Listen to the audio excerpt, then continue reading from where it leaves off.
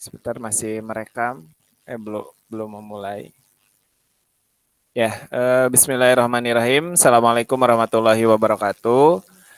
Mudah-mudahan Bapak Ibu semuanya, baik itu di lingkungan SMP PGI 1 Bandung ataupun di seluruh Indonesia, ini adalah video pengimbasan mungkin yang saya lakukan. Insya Allah saya akan menginformasikan dan juga mengajak kepada rekan-rekan yang lain agar mengikuti program Guru Belajar seri AKM ya. Mudah-mudahan ini bermanfaat. Perkenalkan, nama saya Didik Darmansyah SPD dari SMP PGI 1 Bandung dan kita akan memulai dengan slide. Boleh dilihat untuk slide-nya. Baik, apa yang disampaikan dalam slide ini, yang pertama adalah pertanyaan seputar AKM. Mungkin banyak yang bertanya, apa itu AKM? Ya, nanti kita jelaskan ya, asesmen kompetensi minimum. Dan yang kedua adalah asesmen nasional gitu, atau disingkat dengan AN. Nah, ini informasi di sini yang bisa Bapak Ibu dapatkan di seri belajar AKM ini. Nah, kira-kira apa nih pentingnya asesmen nasional ini ya yang diadakan oleh Kemdikbud?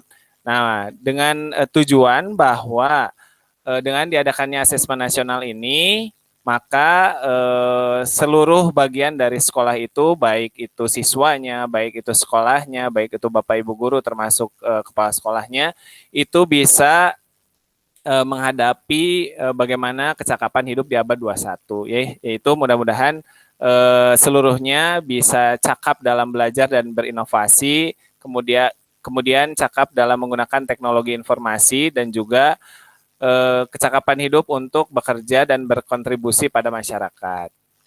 Nah, kemudian bagaimana keterkaitan asesmen nasional dengan kecakapan abad 21 dan juga profil pelajar Pancasila. Nah, insya Allah untuk di sekolah PGI 1 ini mudah-mudahan sudah sesuai dengan apa yang dimaksud dengan pelajar Pancasila tersebut ya.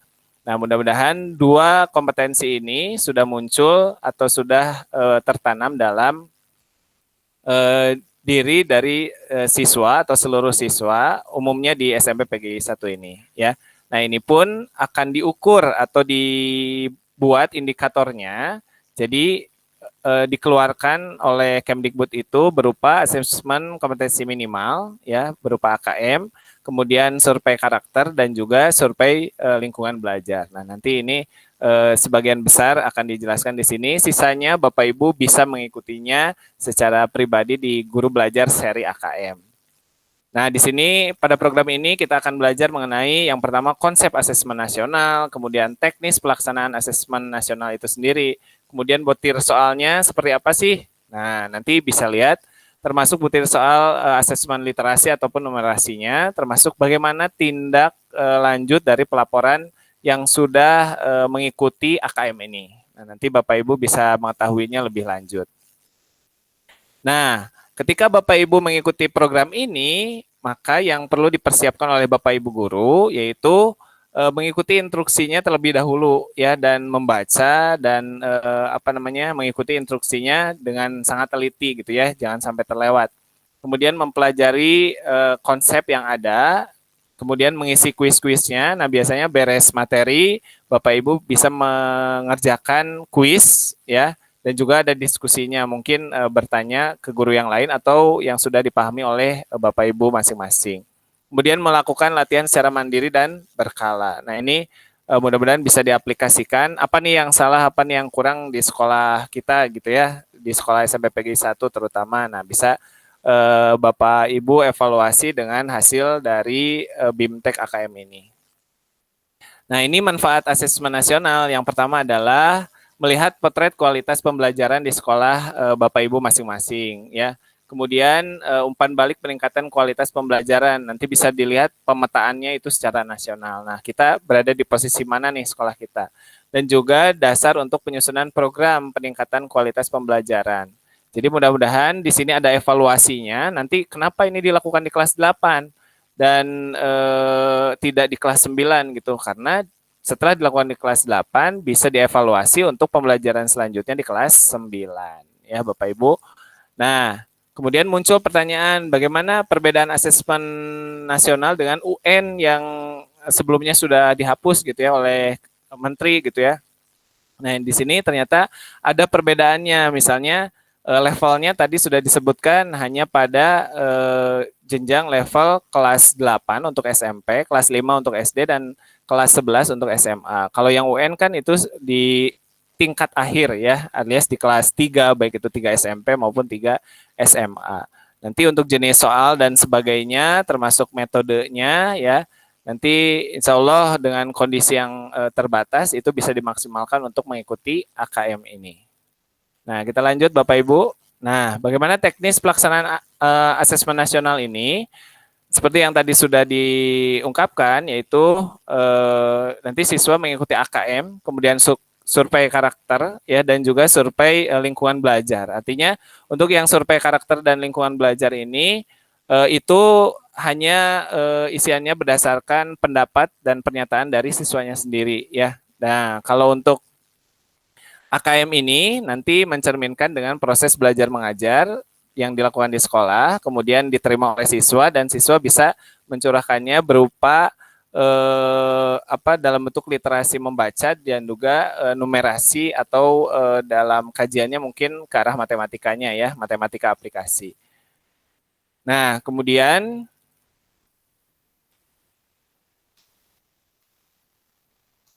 Kemudian apa saja komponen literasi membaca? Nah, di sini ada komponennya yaitu konten, proses kognitif, dan konteks ya. Nanti ada bagian-bagiannya di dalam seri belajar ini, bisa Bapak Ibu ikuti contoh-contohnya termasuk di sana juga ya, baik itu literasi maupun numerasi ya.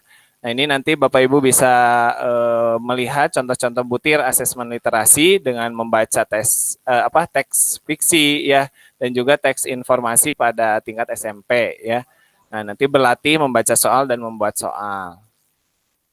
Adapun untuk komponen numerasi di sini ada konten ya, hampir sama dengan yang literasi tadi, ada proses kognitif dan konteks ya. Namun untuk di numerasi ini ada bagiannya yaitu bilangan, geometri, dan pengukuran, kemudian aljabar dan data, serta ketidakpastian. Nah, di sini dituntut para siswa itu memiliki daya kritis, daya analisis ya dari kejadian dalam bentuk soal yang bisa dijawabnya secara kalau sekarang itu 5M gitu ya untuk scientific seperti itu. Nah, mudah-mudahan anak-anak kita ya yang ada di sekolah Bapak Ibu bisa mengaplikasikannya terutama di AKM ini. Nah, ini ada tahapan pelaporan hasil asesmen. Nanti ada penguasaan hasil kompetensi literasi, membaca dan numerasi siswa ya. Nah, nanti bisa dikategorikan nih tingkatannya apa saja ya. Tingkatannya untuk literasi maupun numerasi ada perlu intervensi khusus ya keadaan siswanya, ada yang dasar, ada yang cakap dan mahir. Kalau intervensi khusus berarti siswa tersebut belum mampu. Nah, ini nanti diolah lagi menjadi evaluasi buat sekolah Bapak Ibu. Kira-kira kenapa nih siswa seperti ini kurang gitu ya, atau bagaimana cara pembelajarannya dikembalikan lagi ke gurunya gitu ya. Mudah-mudahan kita bisa memperoleh bagaimana cara mengajar yang baik agar seluruh siswa bisa mahir gitu ya, tidak pada tingkatan dasar ataupun cakap ya. Nah, dilanjutkan Bapak Ibu. Nah, kemudian ada perbedaan pembelajaran berbasis kompetensi dan berbasis konten. Nah, kira-kira di kita itu digunakan yang mana nih untuk pembelajaran? Nah, apakah kedua-duanya atau salah satu gitu ya? Apakah berbasis kompetensi atau berbasis konten gitu ya? Nah, di sini ada beberapa hal yang nanti Bapak Ibu bisa ketahui ya. Terutama kita akan melakukan pembelajaran dengan berbasis kompetensi. Nah, misalnya di sini nih ada contohnya nih ya, kategori kompetensi dan contoh analisisnya. Nah, misalnya bagaimana pada pelajaran matematika? Nah, mungkin matematika itu soalnya angka semua gitu ya. Nah, di sini untuk konten seperti ini, misalnya dalam literasi matematikanya. Jadi literasi itu tidak terbatas pada keterampilan membaca dan menulis saja ya, yang cakupannya bahasa. Namun literasi di sini bisa diterapkan pada matematika.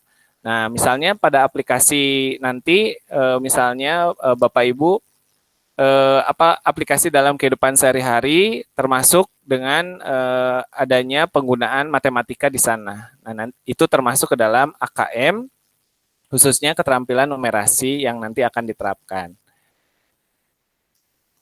Nah, dari sana bisa kita simpulkan, Bapak Ibu, ya, ketika nanti sudah mengikuti AKM, siswa sudah mengikuti AKM juga. Nah, di sana ada namanya sebuah mungkin evaluasi untuk diri, ya. Mudah-mudahan dari evaluasi ini dalam segala hal, dalam segala bidang bisa diperbaiki dan semuanya di sini sudah dibentuk dalam namanya segitiga belajar. Jadi satu dengan yang lainnya saling berkaitan, di mana di sini ada asesmen kurikulum pembelajaran yang saling mengikat, yang di dalamnya tentu sangat berperan itu adalah kepemimpinan sekolah, misalnya kepala sekolahnya, dan juga Bapak Ibu guru, ya, di mana dalam proses pembelajarannya akan memberikan pengalaman pada cara belajar siswa-siswa yang berada di sekolah Bapak Ibu.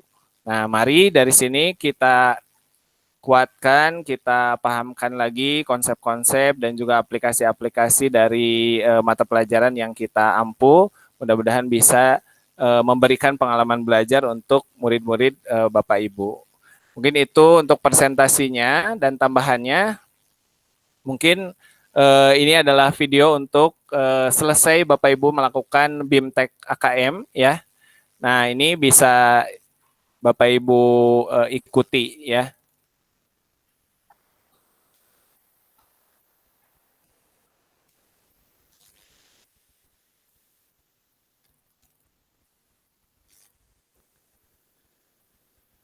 Ya, baik. Kita membuka portal. Mungkin pecah-pecah ya Bapak Ibu. Ya, sudahlah. Intinya seperti itu Bapak Ibu.